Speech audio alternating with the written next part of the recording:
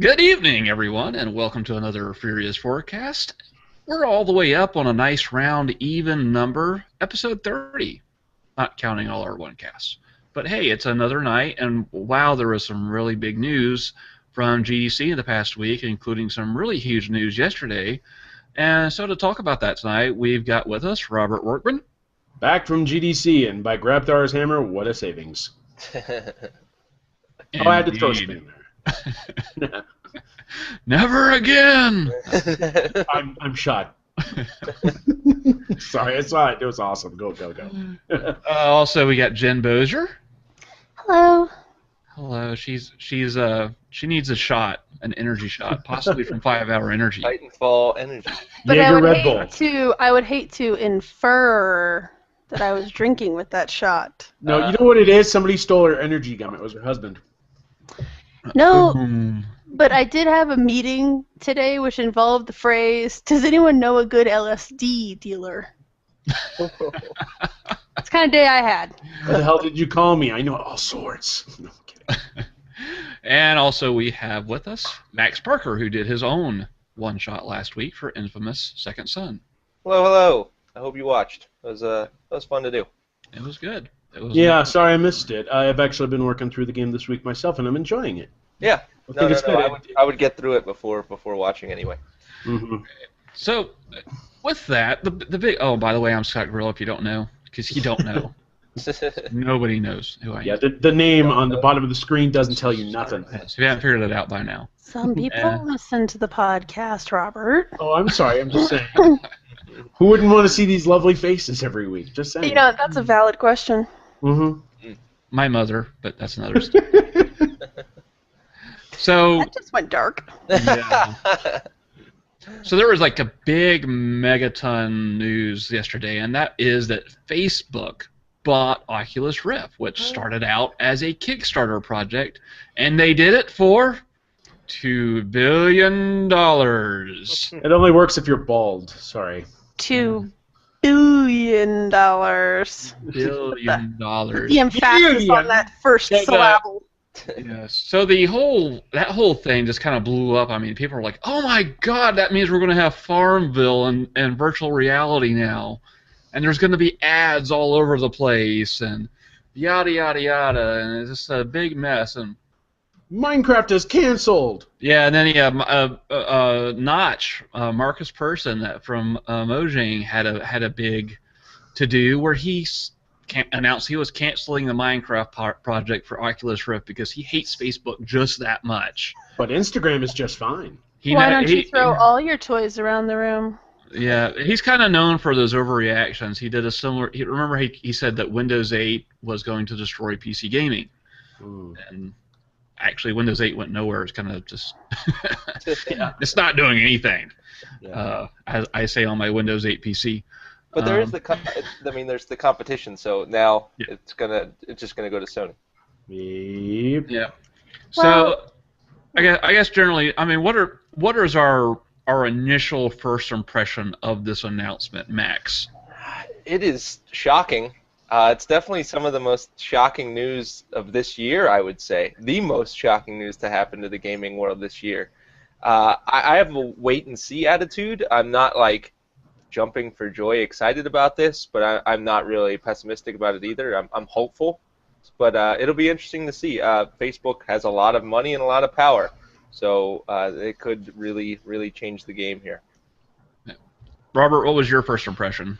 My first impression is $2 billion. I mean, this thing started out as a $2 million Kickstarter project, and they invested a ton of money, but ton shit backwards, into this project. And all I can think of now is what Facebook wants to use it for. They said they're going to continue to run Oculus independently, whatever that means for a Facebook entity.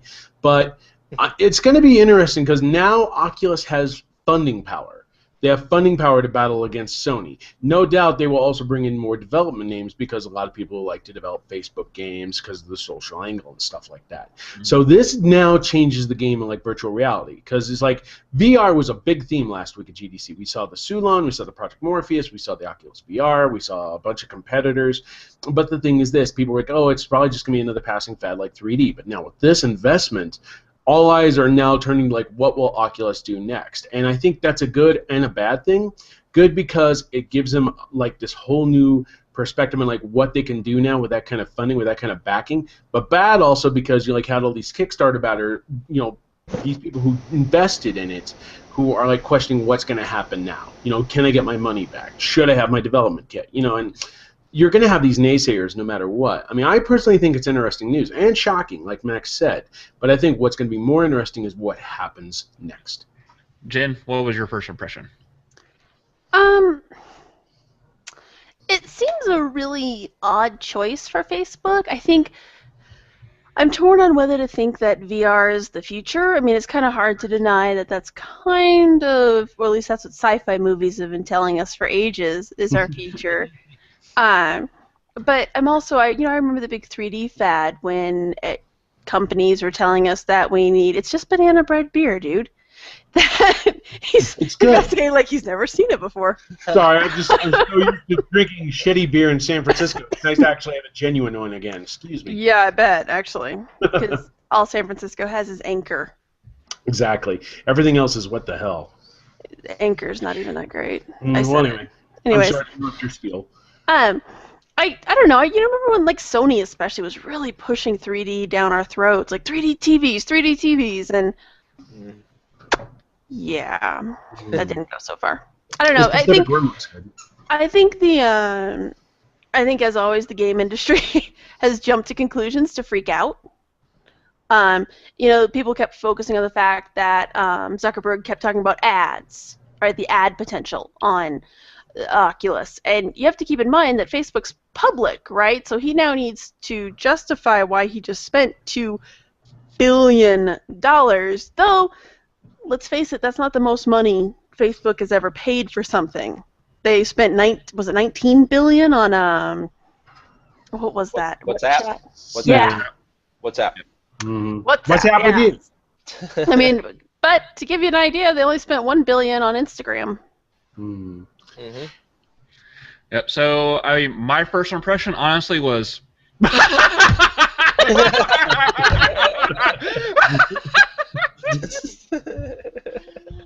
almost the same sound that Marvel made when they found out Batman was cast by Ben Affleck. I think they acted the same way. I think that was the exact reaction, actually, all through the Marvel offices. I know. Anyway, continue. After they snoped it to make sure it was true. Scott, was there something deeper than that, or were you rolling on the floor? Or there was a little rolling on the floor going on, but I was just dying laughing at the whole thought of Facebook buying a virtual reality goggle thing, because I don't buy into the whole VR goggle thing right now.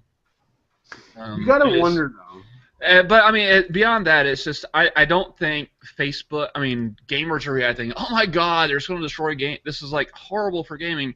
I don't think Facebook is looking at this as from a gaming perspective. I think they're taking the long view, and they're looking at other applications of VR beyond just gaming. I think they explicitly said, architecture, pretending that you're at a basketball game.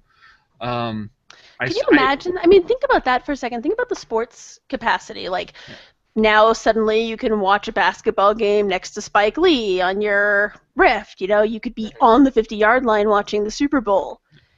I know gamers want to be like, but what about the games? But you could be the drunk fan running out into the middle of the court virtually. Scott. Yeah, that's right, Scott. You're not banned from the stadium anymore. You can go in virtually.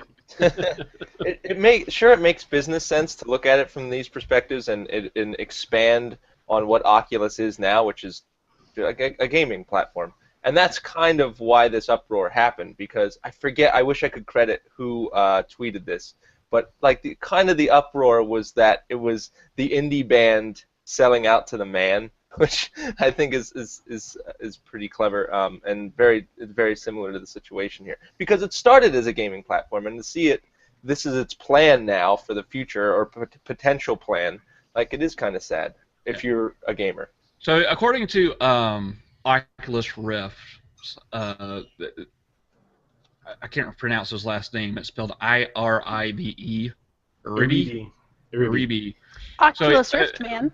Yeah, the Oculus Rift dude.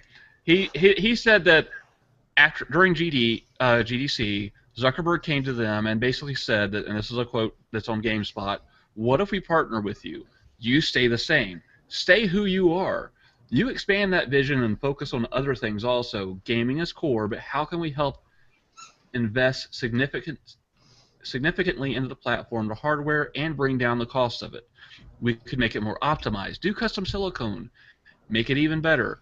What if we also invest in the parts so you can sell the virtual reality platform at cost? It would use the best components and build a superior technology form. Then let's sell it at cost." So I think that's an interesting statement, especially where Aribi says that Zuckerberg is saying that we want to sell the platform at cost, because that means mass market. They're trying to make it a mass market device versus kind of a niche product that I really think right now, based on what we see right now, the whole VR genre, whatever you want to call it, will be for quite a long time as a very niche product. Oh, easily. And I think, I mean, if you created something, when somebody hands you the opportunity to take it beyond, and I don't mean this as dismissively as it's going to sound, but beyond that of just a gaming device, like if somebody really sees the potential for mass market appeal with this, why wouldn't you? Yeah. Mm-hmm.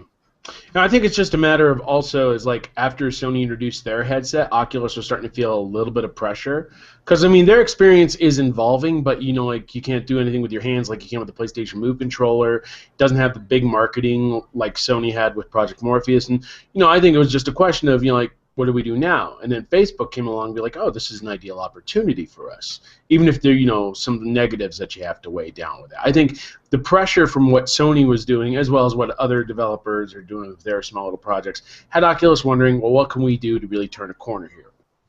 And yesterday we found out.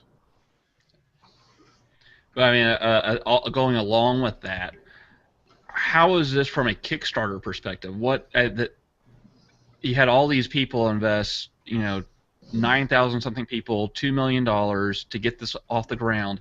They get absolutely zero return, which made Bloomberg columnist Barry Ritholtz call them a bunch of suckers. So do we think that the Kickstarter people are suckers for backing this at the beginning? I've always thought that if backing stuff on Kickstarter makes you a sucker. Sorry if that offends anyone who's ever Fist backed bump, anyone. Max. Thank you. You and I know are what? together on that one. Yeah. You know what? I got burned with the... And done? Thanks. Yep. You got burned with what? The Ouya? Oh, the Ouya. Yeah. Oh, the gaming revolution? How's the revolution treating you? Oh, you mean the Android thing that won't load worth a fuck? No thanks. I got rid of that thing months ago. By the way, I would like to point out for the record that Robert Workman has dropped the first F-bomb of the evening. Oh, I'm sorry. Was I supposed to not drop the F-bomb? My bad. No, it's amazing that it wasn't me. I know, right? Because you're all angry. I know. I'm too tired to cuss, apparently. Who knew that such a state existed? You know what? I'll curse for both of us. It's fine. I typically won't back something on Kickstarter unless I know I'm getting a product in return. Like I back some games, like Obsidian Entertainment's project. Right. You know, or like the Pinball Arcade whatever. tables. Yeah, if I know I'm going to get something in return, I back Shadowfall returns. I back that. If I know I'm going to get some sort of product in return, I'll back it. You mean Shadowrun? Shadowrun returns. Sorry, Shadowrun returns. I backed. Obsidian Entertainment's RPG game that's supposed to be like Baldur's Gate. I backed. I forget the name right now. Yeah. I know what you're talking about. I know that I'm going to get a return on that, but I'm not. I wouldn't have backed Oculus Rift, and I didn't back Oculus Rift simply because I didn't think I was going to get anything back from it, and I don't think most people did get something back from it. You know, though, we've been saying this for a long time. In fact, actually, I think the Ouya was the first time we really sparked this conversation. Was what is Kickstarter for? Right? Basically to get projects off the ground. Yeah. But I think there's still a large amount of people who don't quite understand that now you're the investor, and that while I would like to think that maybe this starts to give us, because I think we've always given publishers a really bad rap, right? And I'm not saying that they're saints, but publishers have to put up with a lot of shit, right? Like they back a lot of projects that get delayed and get delayed and get delayed. Some of them never take off, and they're out that money, right? Sometimes projects get changed in scope. So I feel like with Kickstarter now, people are starting to kind of get an idea of how this crap kind of works. And, you know, it is a little easier when your backers are, 9,500 schlubs from the intertubes. Who aren't promised anything. Yeah. Exactly. You were promised the concept. Right. Didn't some of these people get development kits though? I mean, Yeah, if they invested that much. If you reached a certain backer level, which was over Right. over $300, you were basically pre-ordering at that point. But people below that, which I think was quite a number of people that put less money than that in it, I can't do it for a T-shirt. Just can't do it. Yeah. I've backed one Kickstarter now, and I just could not go over $30. I just can't justify it, even though I was backing a book. So I know eventually I'm gonna get this book. Yeah. I mean, the only thing I really back nowadays are pinball arcade tables, and that's because I actually know that team and they put their heart and soul into these projects. You know, like Twilight Zone, Star Trek, Terminator 2. These tables are actually damn good. I'm actually getting my money's worth compared to let's invest in Shaq Fu 2 because we won't fuck this one up. Right. Getting my money's worth on pinball tables. That phrase was uttered non-ironically. Going back to the virtual reality stuff. Whatever. Jen, obviously, Sony came out with Project Morpheus. They're calling it a prototype. They've got dev kits going out now. The developers, obviously, they've already been working on it in-house. So first-party developers, probably going to be a major first-party push with this first. Whenever it comes out, probably 2016 or later at best. But I mean, are we still looking at, I view virtual reality gaming right now much like I did when Sony first announced 3D gaming. They came out and said, buy our 3D TV sets, hook it up with your PS3, put on your 3D glasses at $40 plus a pop. And I'm like, this is really freaking expensive. This is not going to be something that the mass market will embrace. Nobody wants to wear those silly 3D glasses in their house because everyone would have to wear them. And I don't think people are going to embrace wearing this giant headset thing that has to be strapped on. It has to fit your head nicely, or otherwise you'll get extra light in underneath, and it ruins the picture. And I don't think the PS4 is quite powerful enough to do a high quality image because you have to do basically two images just like you do on 3D to do the virtual reality. So I just don't know if that's really something we're ready to embrace with this generation of consoles. I think what it is, from what I saw, Project Morpheus has potential. The demos that they showed on the GDC floor were actually very impressive. But the question is now, how will that lead into game development? Will you sit around for a couple hours and play Killzone Shadowfall 3D without losing your mind? I think the question now is how Sony can, contort the experience into making it something enjoyable, into making it something original. They tried their best with the PlayStation Move to make motion gaming into some unique thing, and instead it was just me holding this glow stick in my right hand, and it looked kind of stupid. I only use it for shooter games, believe it or not, like Time Crisis or House of the Dead. So there you go. So I think it's just a matter of what they can do with the experience. They've introduced the technology. Now it's a matter of what developers can do, and for them to prove to us that this is more than just a fad. Yeah, the thing that makes me a little bit more hopeful than 3D is the glowing praise of anyone who has used it hands-on. Anyone who I've talked to is you need to check this out. This is awesome. It's really neat. I never got that vibe from 3D. It kind of sucks. I only bought a 3D TV because I wanted certain experiences that looked good, that actually did something with it, like Avatar or Pacific Rim or something. Game-wise, I think I just got a headache from most of the experiences. I couldn't even play Killzone 3 properly because the perspective was weird as shit. It's a matter of applying the experience to the tech in a good way, not in a distracting manner. Plus, game-wise, it dumbs down the colors and the frame rate usually because it adds that extra processing power. Yeah, see, compared to movies that concentrate on the 3D tech or something. Yeah. Exactly. So, I mean, Jen, you're like me. You have a household full of people. can you see bringing in one virtual reality headset, having one person in that household using it, and everyone else sit around and stare at them? No, because and that's the problem too, is that once you get into families, so for Robert and maybe even Max, right? Like, let's say the headset's $300. Let's be generous here, right? Say it's $300. Okay, $300 for a single person, yeah, whatever. But once you start getting into a family situation, I mean, that's $1,000 for us. That's $1,000 for that, right? Scott, you're close to what, $1,200-$1,300, including tax in here. So I mean, and no, it's not. The concept of it sounds like a cool concept. I'm not quite sure if we're there yet. I think a lot of people want to look at the Oculus as, hey, we're just one step away from a holodeck, which maybe, but right now the headset, no, I'm not really buying that, because it harkens back to the 3D glasses concept, like where you had to have those things that you wore, right? I really want to get my hands on the Oculus Rift because I'm not sure how I would do with it, since I can't see 3D at all. Yeah. I'm wondering how the Oculus Rift would be with me. You could still be able to use it, you just wouldn't get the fullest depth potential.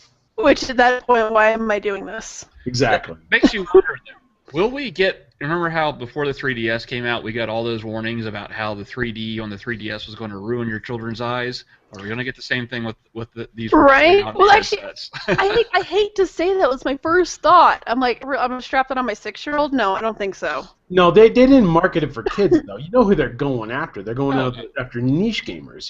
The people who are like, oh, the Kinect's going to change the future because I can flex Netflix with my voice. You can go ahead and say that they're targeting people who want to play sex games. It's okay. Yeah, exactly. You know what? Live action hentai. Let's be honest here. That's going to be like one of the first uses for this. The unspoken truth of the VR that no one wants to talk about. Like, Polygon thought they were so edgy because they were talking about you could swap genders. I'm like, you're getting close. You're going to put the headset on and go, oh my god, all the tentacles, it's beautiful. And Max isn't saying a word. Max like, I've already tried them.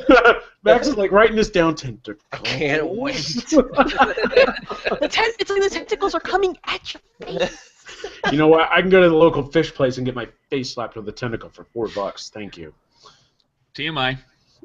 Well, actually, I think it's a good joint. But I wonder if you would have to do that, like go to the Korean market and buy octopus. Because, I mean, if you're not feeling the tentacles, what's the point?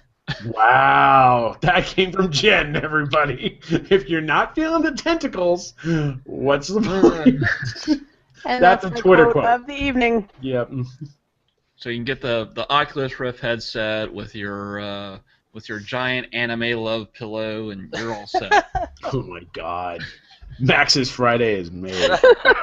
Max is already my goodness. Why am I the deviant? When did this happen? Because you have the... Well, actually, you know what? I have to say, Max's birthday is coming up. Thank you, Facebook, for reminding me. You're not... Like, I know we always give you a lot of shit for being really young. I was about to make a crack about how you have the misfortune of being the youngest person here by a decade, but then I was like, no, you are not as young as you look. I mean, you look like you're like 19. Yeah, you're not 8, like she said previously. You're 19. Don't look at him. He doesn't look legal to drink. I'll take it as a compliment, I suppose. Speaking of birthdays coming up, I'm getting older on Saturday. This sucks. Oh yeah. What are you, like 45 now? Shut the fuck up. I'm 30. I'm counting backwards. Oh. So then you're going to be 40 again? Yeah, 41. He's like Jonathan Winters on Mork and Mindy. Yeah, exactly. And we just dated 3 people on this podcast. Anyway, happy birthday. So yeah, we just completely derailed the whole virtual reality conversation. They all brought up tentacles. Everything fell apart. Yeah, what else is new? But I think I think that if it has to be, if whatever they come out with, if it's going to whenever it's going to reach mass market appeal, it has to be like $150, $200. the headset by itself. Probably. I mean, I would say at 200 at maximum. Yeah, because you're talking about you have to have the console, which is going to be $300 to $500 depending on what the price will be when it comes out, and plus the extra cost of the headset. So it's going to be a very niche thing for a while until they can get that mass market price. Not only the price, but also have the feature set, because you can't sit there and say, oh, well, you can get this for $200, but it's going to look like you're playing on a PS1. Right? It's got to have. You're going to have like the PS4 level graphics to make it worthwhile. Yep. It's true. It's going to have to feel like, and that's another thing with Facebook that Facebook really needs to consider with that. Taking it to mass market, gamers, we tend to be a little more forgiving. Like, look at the 3DS. The games on there are not pretty. Yeah. I mean, you've played a game and you'll be like, oh, it's pretty for the 3DS, right? The Wii survived looking ugly as sin for forever, right? Because we're pretty forgiving if we're enjoying the experience, and we tend to be a little more, okay, I see where this is going, right? I'm not sure if a more mass market audience will. Like, if you sell it as, hey, it's virtual reality, and you get in there and it looks like the cutscenes from Lawnmower Man. Or the Virtual Boy experience. Let's Virtual bring that Boy. up again. Red. Everything's right. Nothing like a good vomit before dinner. Red. So much red. And I guess that's the other consideration too. Is like, once it gets out in the mass market, you're going to have the problems of like, oh, how heavy is the headset? Because is it something that's going to be comfortable to wear for a long time? Yeah. Is there going to be instances of motion sickness, or people just going to start projectile vomiting all over their living room? That's already like kind of for people who have demoed it. They're like, yeah, this thing makes me really sick. Yeah, and it's like how long? Cause, I mean, that's the other thing. Is like, for me, is like, how long can I realistically wear this headset and enjoy gaming or anything else? Because we like to sit there. Gamers, we like to sit there and game for an hour, 2, 3, 4, 5 hours. Can you really expect to wear a headset that long? See, from when I tried it out, it was like in 10-minute spurts. Yeah. And the only real negative coming out of it is when you take off that. Well, there's two technically. The first is when you take off the headset and you have to kind of shake yourself back to reality because it's so immersive. And the second is with certain game experiences. Like, I'm playing Mirror's Edge and I get completely fucked up when I fall off the side of a building. I'm like, oh, Jesus. So, it's a matter of, like, how much you want to take in. But seriously, I'm sure this is going to come with plenty of warnings, like, play for a half hour, then take a break. It's got to be one of those warning things. Because otherwise, you're going to go bonkers. Your eyes might fry out of your head. Who knows? So speaking of GDC, Robert, what did you do there? Other than yes, all that anchor. It was a good show. I mean, I tweaked my knee the second day into the show, so I've been limping around all over the place. That didn't exactly help. But I mean, I saw a bunch of different things. I saw Project Morpheus. There was a line for this thing. They actually gave it appointment cards, and they're like, if you didn't get one, you didn't get to see the headset. I mean, that's a good way to do it, so there's not like a line clogging up the place like there was at Oculus. I saw Oculus. Hawken looked good as usual. And then I saw a couple of games. There weren't really too many games this year. I think there was more of an emphasis on the hiring and everything like that, but there were interesting titles there. There was a game called Goat Simulator. I'm not going to say anything else. It's Goat Simulator. Wasn't that the game, like, I think I saw something about they made a trailer for it that ripped off of the infamous Dead Island trailer? Yeah. I didn't see it, but I Awesome. really want to find it now. That's awesome. Great. I also checked out Batman Arkham Knight. The embargo should be up on this by the time this episode goes live tonight or tomorrow, and I will say it looks amazing. The entire city of Gotham loads up in one shot, so you don't have to worry about like loading to get to a different area and everything. Plus, they threw in the Batmobile, which is awesome. You get to trash the city. Instead of flying everywhere, you can actually drive everywhere now. It's a hell of a lot quicker. You can bash cars off the road, and there are these cool Riddler challenges where you can actually like drive underground. It's really awesome. From what I see, that's my game of the show right there. I couldn't talk about it till tonight, but it's nice to actually say yes, it's going to be good. Is it playable? It was not playable. It was just a 40-minute demo, but 40 minutes of awesome. That's I'll okay. put it out there. I'll detail it in a preview later this week. I'll spread the link around. Also, Gauntlet. Gauntlet made a return. WB is bringing it back to PC only, which makes no sense, but it's a 4-player action romp, like top-down, like the Wizard, the Valkyrie, the Elf, and the Warrior, all back. Really good by Arrowhead's games. They made it in the style similar to the classic game, which was cool. And they also had some of the cool swag at the show. Check out my shot glasses. Oh, that's awesome. Those are awesome, and Jen got a set because, well, she probably would I have disowned did. me if I didn't. But yeah, because we hold party games all the time. We go through a lot of shot glasses at my We go house. through a lot of shots, your husband especially, anyway. But yeah, I mean, not too many games this year, but a lot of good tech, a lot of good times, and I gotta admit, some of the free-to-play stuff actually looks good. There's this game coming up called what was it? World of Speed, which is an online MMO-style racing game that's coming out in a few months. It looked good. Armored Warfare is also looking good, even though it's a World of Tanks ripoff. There's some interesting games coming up. But I'll tell you, PAX East, they're gonna have a shit ton more games, and I can't wait to see what's up. Was there any good? Did you go to any good? I guess Parties. not parties. Any good sessions where he was like, going up and doing a group of developers doing and talking about a subject? Unfortunately, I didn't get to attend any sessions because my schedule was so full. But I did get to meet a bunch of different people. Like, I got to talk to the guy who was developing Borderlands 2 for the PS Vita, and it actually doesn't look half bad for Vita standards, if you can accept them. Also I got a chance to talk to the Batman Arkham Knight producer, Daz. He's a good guy. You really got an opportunity to sit down, talk to developers and everything like that. And on top of that, I also got to meet Winifred Phillips. She's this composer who worked on a number of things like Assassin's Creed 3 Liberation and everything like that. She was there signing her book, and she was adorable. She really was. I mean, Jen knows how cool a girl she is. So. She's super awesome. She is. Check out her book, by the way. I should probably. I'll tell the title at the end. But yeah, I mean, just meeting all these different people, that was part of my GDC experience that made it so much fun, and hanging out with friends and drinking Anchor. Oh, and the wargaming party.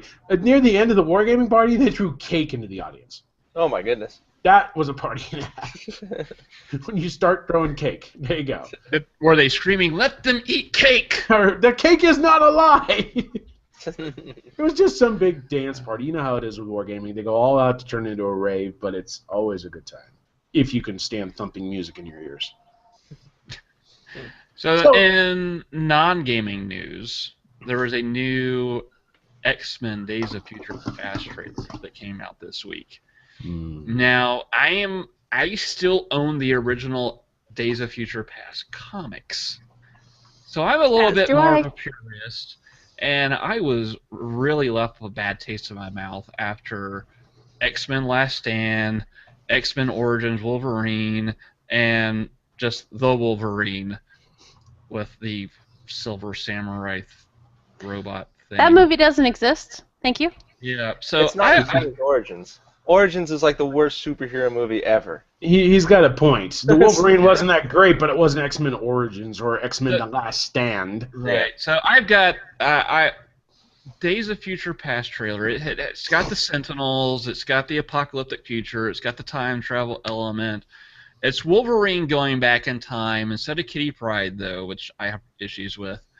But is there any reason to have any sort of hope that this will be a decent movie out of Bryan Singer? Because he directed the first two movies and it's not in the hands of Brett Ratner? Yeah. I would say Bryan Singer, and also First Class, while it was not entirely loyal to the lore, was not a bad movie. Yeah, it was fun. Probably because Michael Fassbender, and that man's pretty much ineffable at this point. Except for Prometheus, of course, but whatever.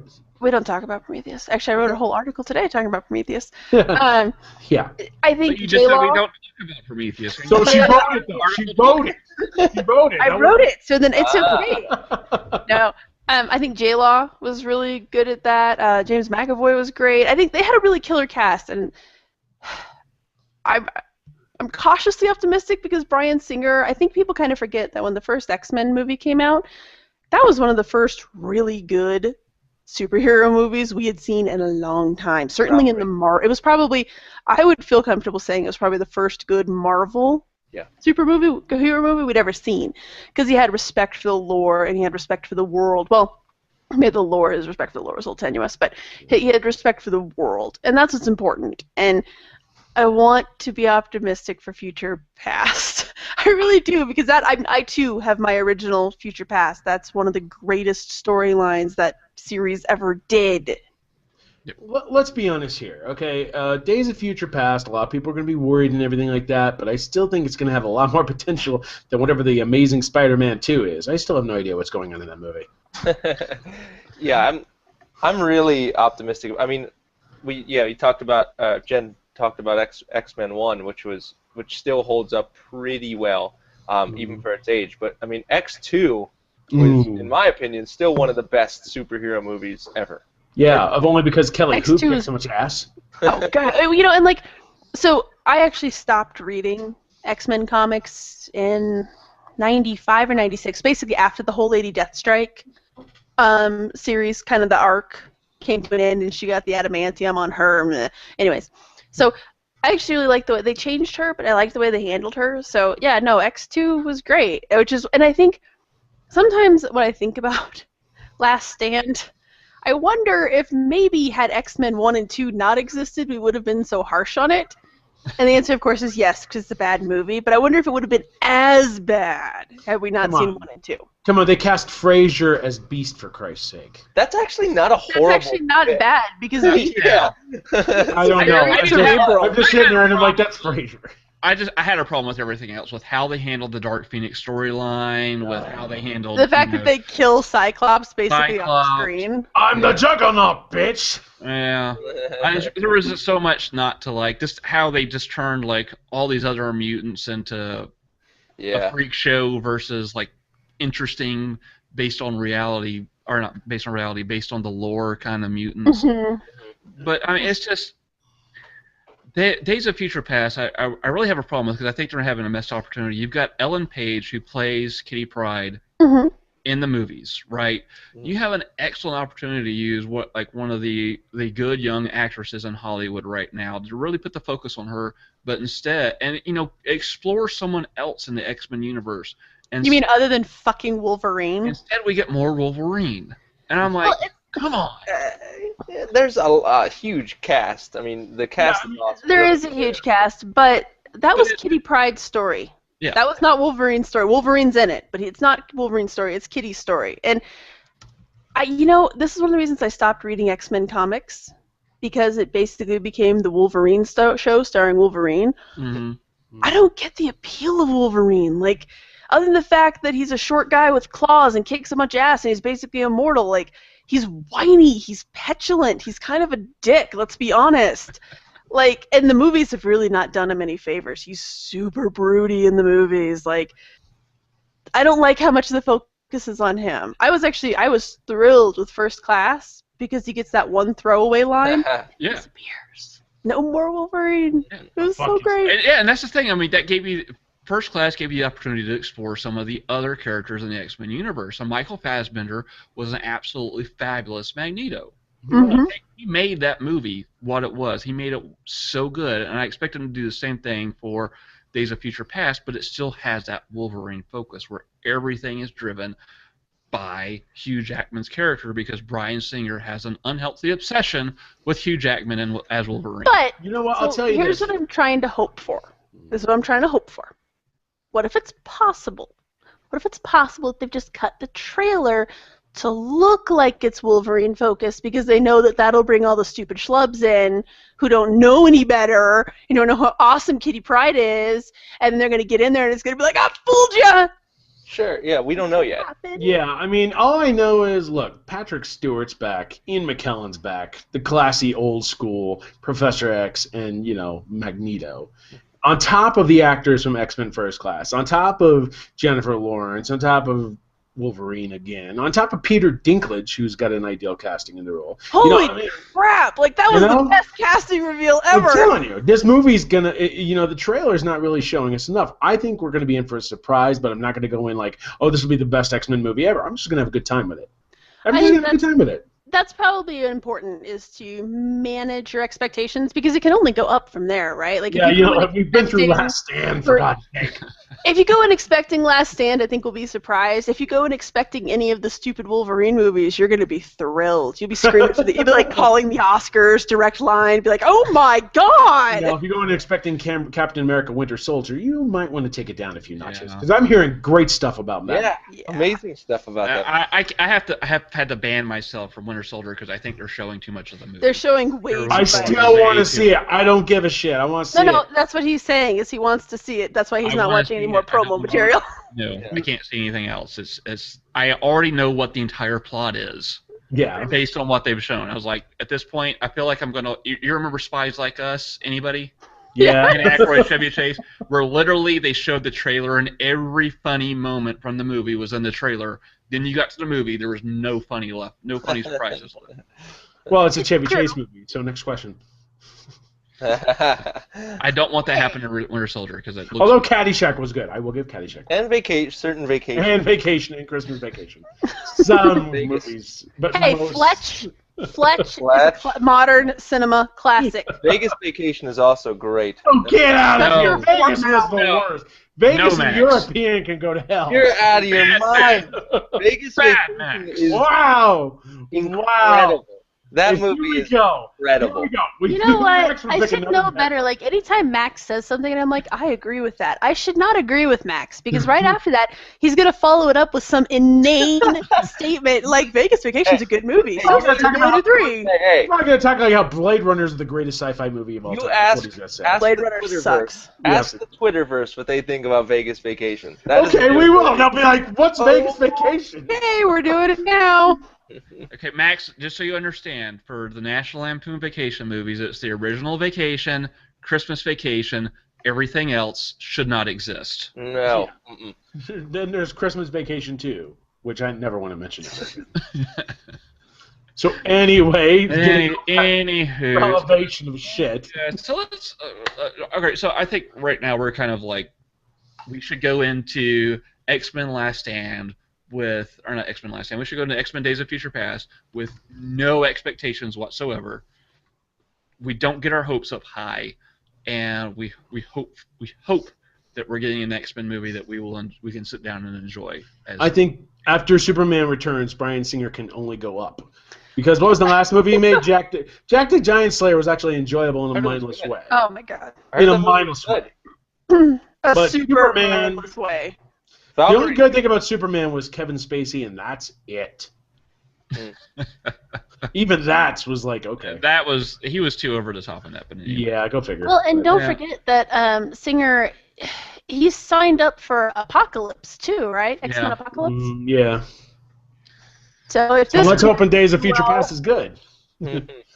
I just hope that that Days of Future Past, it will reboot the universe enough to where we can get a proper Dark Phoenix, Scott Summers, Cyclops thing going. Because I want to pretend that Last Stand never happened. You know what? It'll be better than Vegas Vacation.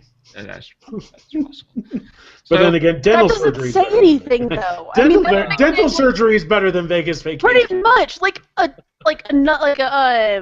anesthesia-free root canal is better. Oh, Like, that's You know what?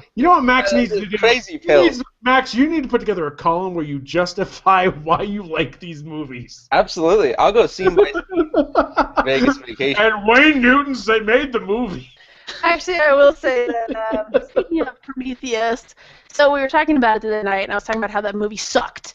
And Jim was like, no, it was actually a really good movie. It was a pretty good movie. So it was on TV last night, and I'm like, all right, let's sit and watch this thing. Sure enough, as we're watching, and he's like, wait, what? Why are they doing that? That is stupid. I'm like, oh yeah, it's a good movie, huh? So finally we ended it, and he was like, okay, that's a really shitty movie. I'm like, no shit. You know, this is going to be my reaction from now on in Max's movie suggestions.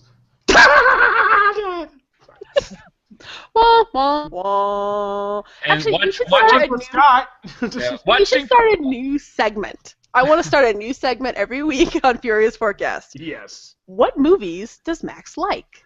So then we can just pile on top of Max. Hey, first response. Barely Skates By is a good movie. I'll take Apparently, that. no, wait. That Who person's says mom. that?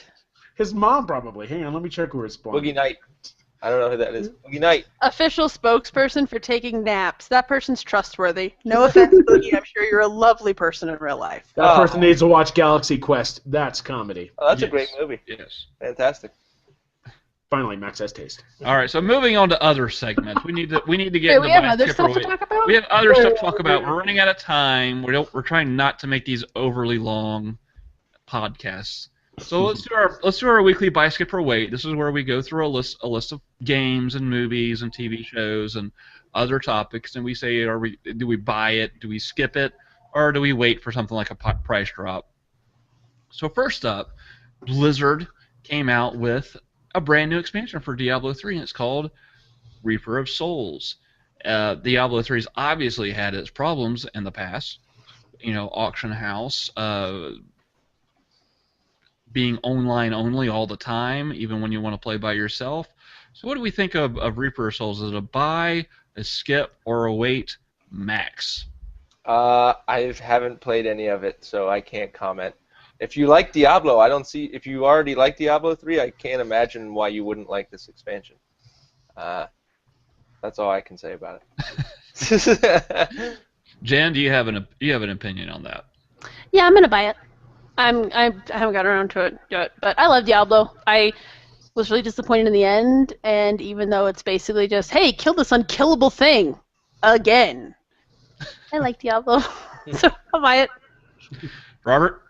You know what? Buy if you're a fan, but me personally, I'm going to wait because I'm still kind of working my way through the later parts of the PS3 version, so I can't really give a 100% stable opinion just yet. But if you're a fan of the game, go for it. Like Jen. I'm going to say buy because this combined with the new Loot 2.0 system makes it a really better Diablo experience than what we've experienced over last year. So if you have the hankering, go buy it. All right, next up, Infamous Second Son for the PS4. Max did a review last week, so Robert, what do you think? I think buy. I think although it doesn't really change too much about the formula itself, the new setting, the new powers, still being able to decide between good and evil, and a great presentation for PS4. I mean, it looks very good despite a couple of glitches here and there. So I'd say buy it. I mean, if you're a fan of the original, you're going to love this. And plus, if you're a Troy Baker fan, double buy it because he's in it. Jen? Skip, because 0F's given about Infamous. You don't have a PS4, you don't count.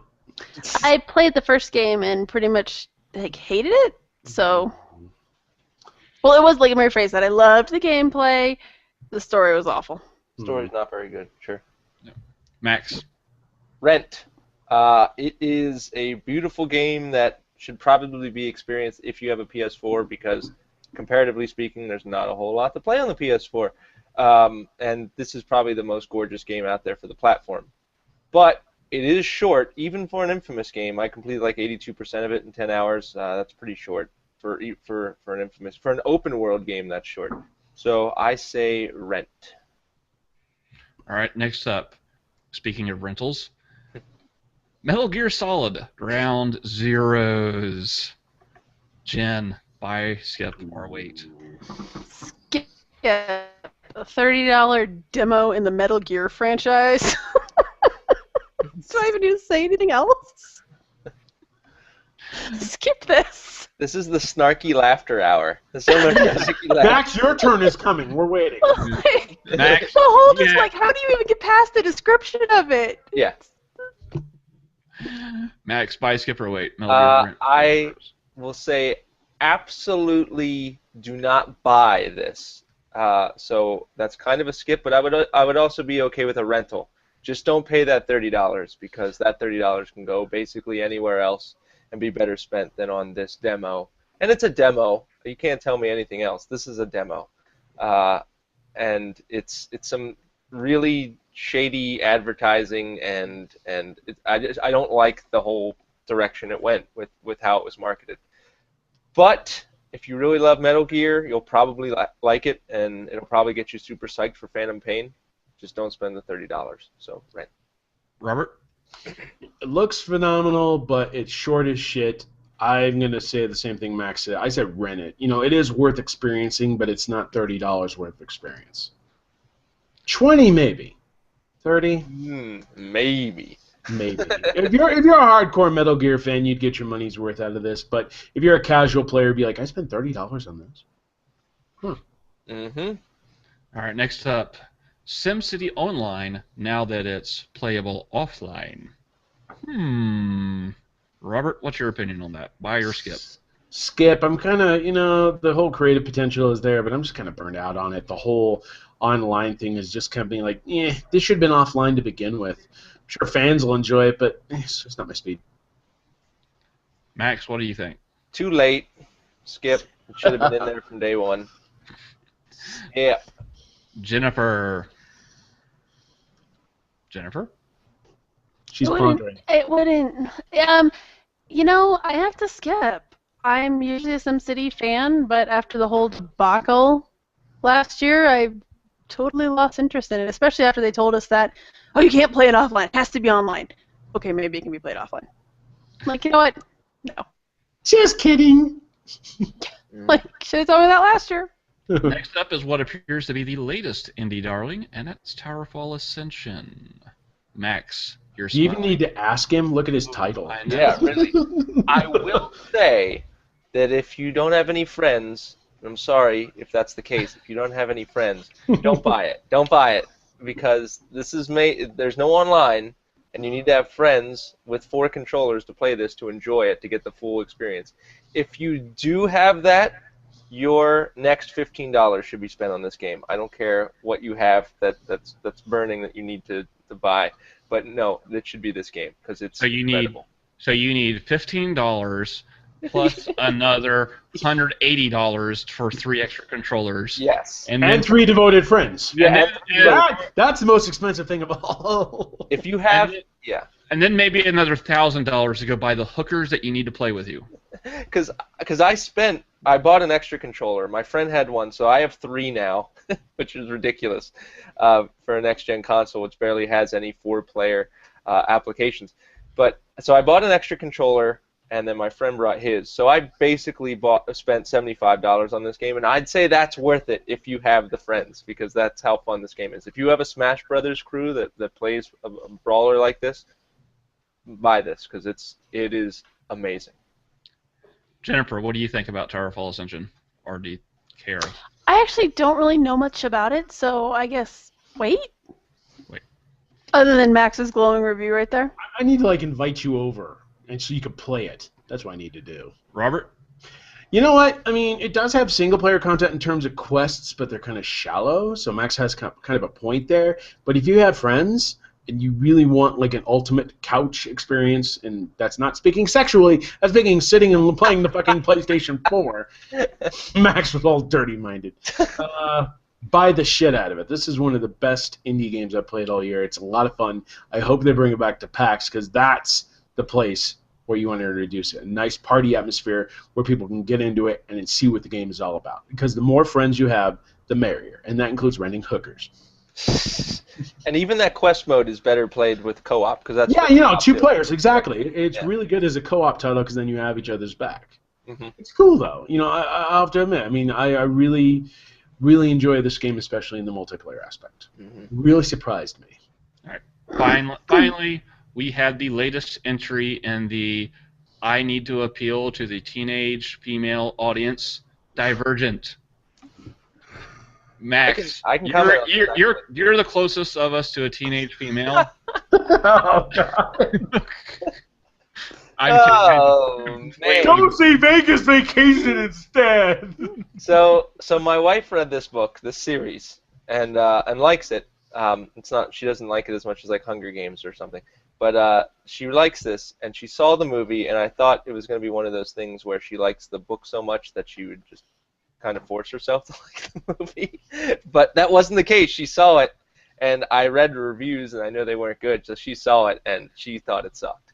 So I guess read the book, don't go see the movie. So Max's wife says skip Divergent. That means Robert, what's your opinion on Divergent? Skip the shit out of it. I mean, I'm sick of all these Twilight wannabes that are hitting the box office. They're going to continue to come because this movie made a shit ton of money this weekend. But really, if you value your dollar, just do yourself a favor. Skip this and take your friends, take your kids to go see Muppets Most Wanted instead. It's obvious, but you'll have more fun with it. Jennifer? If you are older than 17, read a book made for adults. Watch movies made for adults. Stop reading this young adult lit shit. The reason it keeps getting cranked out book after book after book after book after book is because adults have decided this is really hip and cool. It's not. The rest of the adults are laughing at you. Take that, Mrs. Parker. That's right, Mrs. Parker. Well, you're like, what is she, like 20? So, are you even listening, Mrs. Parker? Mrs. Parker, you're like 22, so you probably read the books when you were still in high school. Mrs. Parker is screaming down the street because Max is watching Vegas Vacation again. Seriously, you know what, Mrs. Parker, like, Mac's a cool guy, but... Come on. Do you know these things Like about him? Cop 3, for God's sake. Maybe she needs that because she has to cope, like it's a coping mechanism. Like my husband likes Terminator 3. Oh my god, my husband likes Terminator 3. Like she had that moment, so then she's found her coping mechanism. So in which case, go ahead. She's probably taking like notes to hold him against him and be like, remember that time we watched Terminator 3? We're going to see fucking Divergent. Yeah, how do we use a lot of that? Actually, when we started dating, I brought over a DVD of it was a combo DVD of Swordfish and Terminator 3. And you got past day 1. Oh yeah. You probably drank a lot before you watched movies, didn't you? Oh Yeah. my god. You guys don't like Swordfish? Oh my god. It was okay, but the ending was so preposterous. It's like, what the fuck is going on? I like one scene, and I'll With the boobs? I'll leave it to your You imagination. like the Halle boobs. Berry's That was yeah. Boobs. Everybody likes Boobs. Halle Berry's boobs and her butt. Boobs. And her butt. Boobs more. So that was it. But her boobs and butt do not justify an entire shitty movie. Hey, at least we didn't see her in Catwoman again. I bet Max. Oh wait, Max Scott liked owns that. I bet Scott owns. I've never seen it. No, I don't. Oh, you haven't? Oh, you should see it because it's worth understanding how bad. It is. Yes. It's worse than X-Men Origins Wolverine. By far, Yeah, sure. it's yeah. worse. It's worse than Elektra. It's Yeah. worse than Battlefield Earth. Now we're starting to tread into what the fuck territory because I don't want to remember those movies ever again. Wow. You're naming So us speaking of things with bad reputation, Yes. Microsoft announced today that they're going to be implementing some tweaks to their reputation system. It's a And silky segue, by the way. Yeah, thank you. So they're going to have kind of you can view your reputation system online. You can be good, green, yellow, you need work, orange, you still need work, and if it's red, they're going to say you should be avoided like the plague.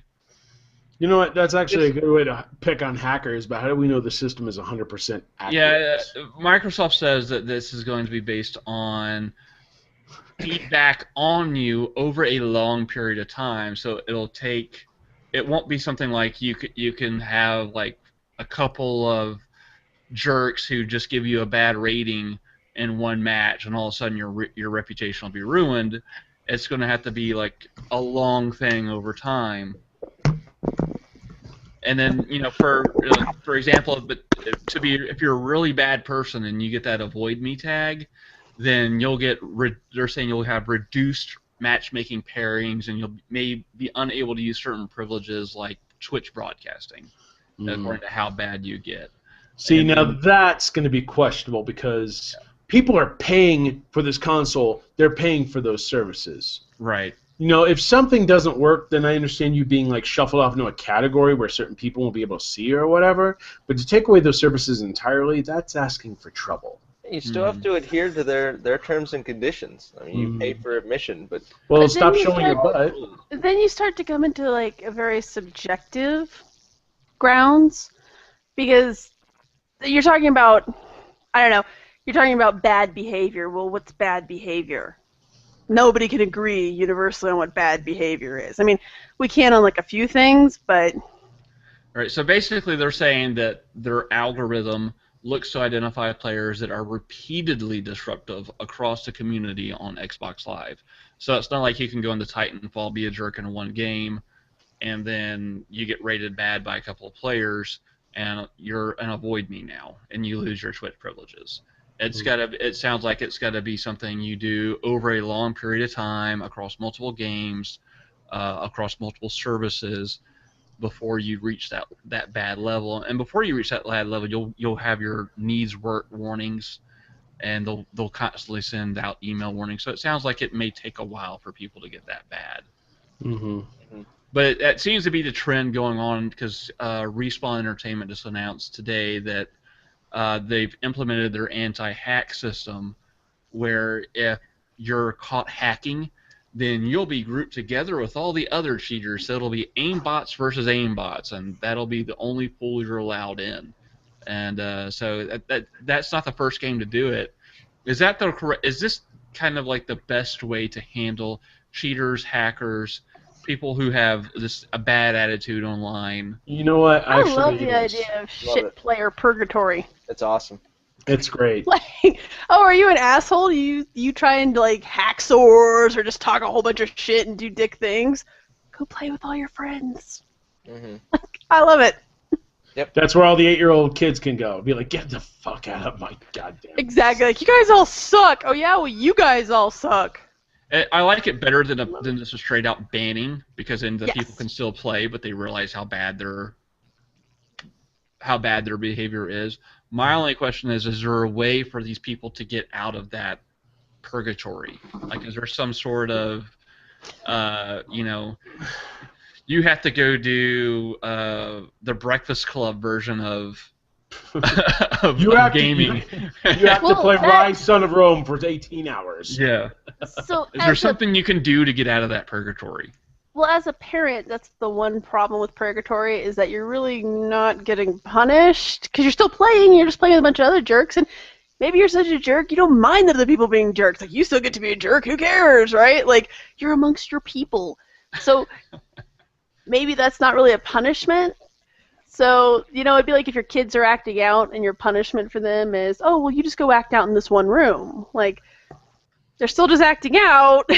Like bitching a fit and screaming, so no, I'm a fan of.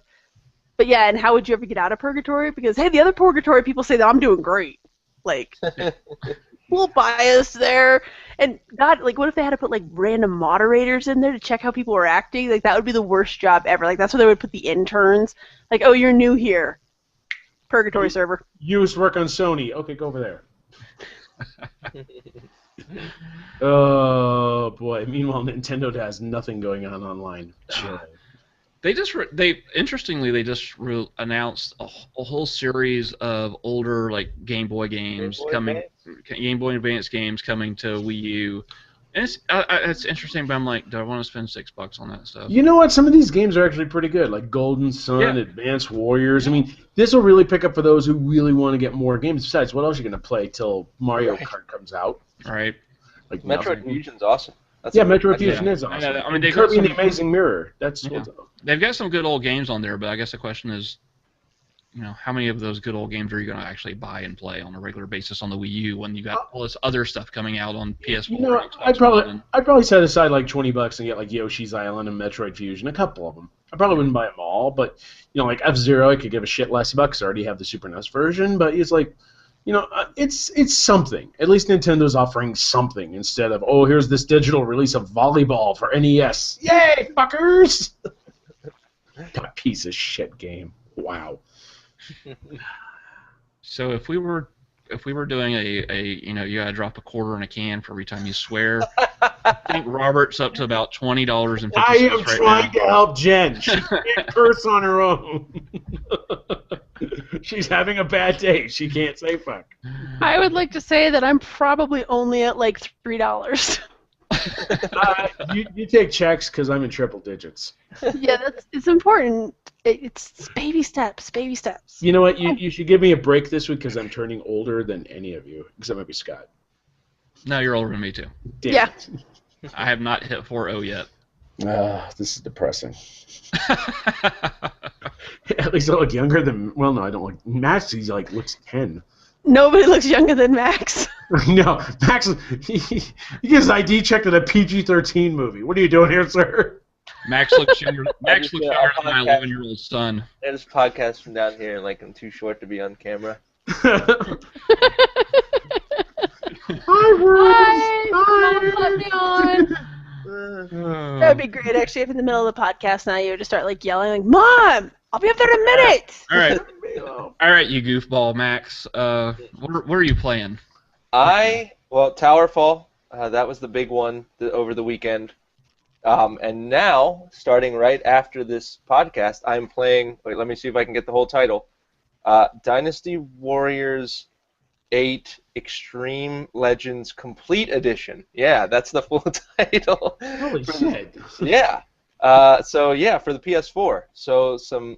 It's a port of the PS3 game, but hey, it's kind of next-gen Dynasty Warriors, and it'll be the first Dynasty Warriors game I've played in some time. So I'm looking forward to revisiting because I did used to like that series. Don't say it too often because Jan will be like, God damn it, I hate you. I didn't get it. I love Dynasty Warriors. I hope it's good. It should be interesting because hey, that Dynasty Warriors still has that fan base. It's very strange to me. Yeah. It's the hack and slash equivalent of Madden. Yeah, just give me Gundam. Yeah. Gundam's coming back. Give me Gundam. Dynasty Warriors Gundam, is that what you're saying? Yeah, it's coming back. Ugh, you're the only person that likes that. Seriously? I like Gundam. I'm gonna play that. Deal with it. So that's what I've been playing. Alright. Yeah, I think that's it. Robert, what about you? Towerfall, Infamous Second Son, Metal Gear Solid, the greatest demo in the world, and Yaiba, Ninja Gaiden Z, which is interesting if not entirely successful. I think I've been a more fan of the traditional Ninja Gaiden games. This one's just trying too hard to be hip.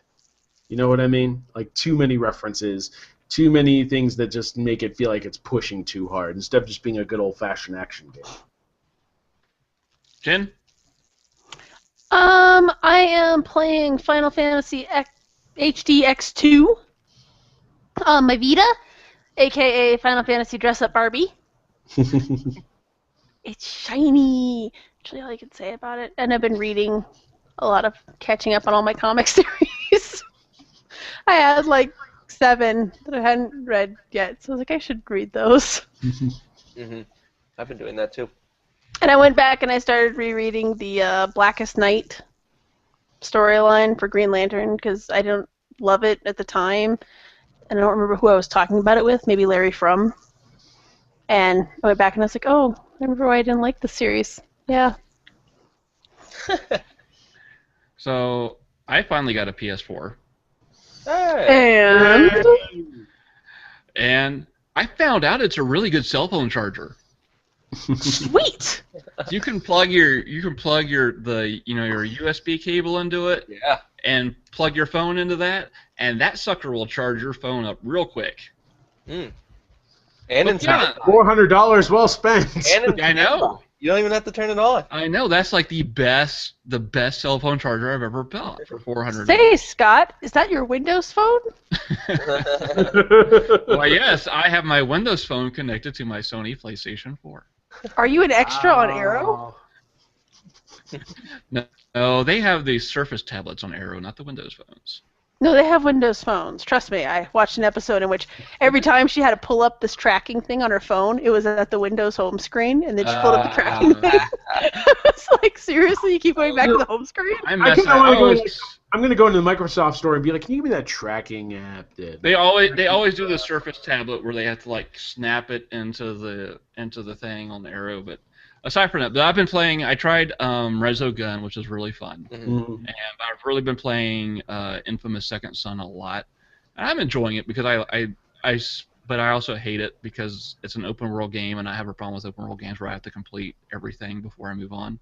So it's like I'm going around each section and making sure I get all the little drones and all that cameras and shit. Yeah, the cameras, and it's not the same as Crackdown because you're being handheld throughout each section because you're always told where everything is. It's just a matter of traveling to where it is.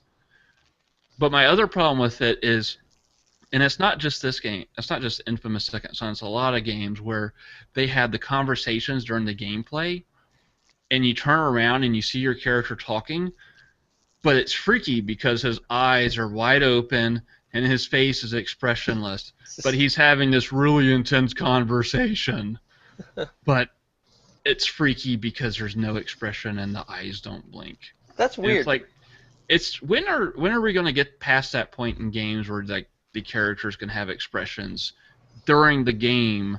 Because this was like during The Last of Us too, where you had like these really important conversations, and if you ever swung your camera around to look at Ellie or Joel while they're talking, their faces were just blank, but their mouths were moving. It's strange for Infamous, which nails all the other presentation stuff. Yeah. You'd think they would go the extra mile there. But yeah. So still waiting. Sequel. Oh, I'm sure there will be. The But inevitable. yeah, I'm about halfway through that, but I'm enjoying it. It's fun. It looks pretty. So Plus, that's stuff okay. blows up nicely when you get those missiles. Stuff blows up real good. Mm-hmm. Particles. I'm not sure how that whole I'm not sure how that whole storyline with the chick works though, because Fetch, it just seems like it comes and goes. She just shows up and disappears, and I'm like, what the heck? What happened to her? Story's still bad. Story still, yeah. Anyway, Yeah. we should wrap up because Jen's dying over there. Jen's dying. She's crashing. Oh no, she didn't get her energy shot. Ooh. So we're going to wrap up tonight. Thank you everyone for watching. And Jen, why don't you go ahead and tell us where we can find your stuff. You can find me on Twitter at Jen Bozier. You can find my work on videogamewriters.com and on thedailycrate.com. Okay. See you, Jen. Robert? You can find me at twitter.com/thedcd. You can find me on Facebook. You can also find my work over at Prima Games, Shack News, Retro Magazine, and Madojo.com. Max. You can find me on Twitter at GameGuyPGH. You can also find me in the Pittsburgh Post-Gazette. And I am Scott Grill. You can find me at Scott Grill on Twitter, ATL Games Examiner on Facebook, and my writing is over at Examiner.com. We are the Furious Forecast. You can find us at FuriousForecast.com, at Furious Forecast on Twitter, Furious Forecast on Facebook, and there's pretty much Furious Forecast on every social media site now. Imagine that. We also have kind of a our big deal. yeah, you can find us on our iTunes feed, RSS feed. And by the way, congratulations to Tomas for winning the copy of Titanfall for the Xbox One. Congrats. Congrats. Yay! Congrats. And Hope we'll you're have some enjoying it. more. We'll have some more giveaways coming up soon. Yeah, I'm gonna try to do at least one giveaway a month. I'm gonna try to add to that too. So. Yeah. So we're gonna keep that going. So thank you everyone for watching. Thank you everyone for listening, and thank you everyone for following us as well. If you are watching us on YouTube, please go ahead and click that subscribe button so you can find out when our next podcast are. We'll try to get some more one-shots going for game reviews and whatnot. So thank you again, everyone, and have a good night. And don't watch Vegas Vacation. No, For the watch love of Vegas. God, don't. Watch it. Watch it. Don't. Don't.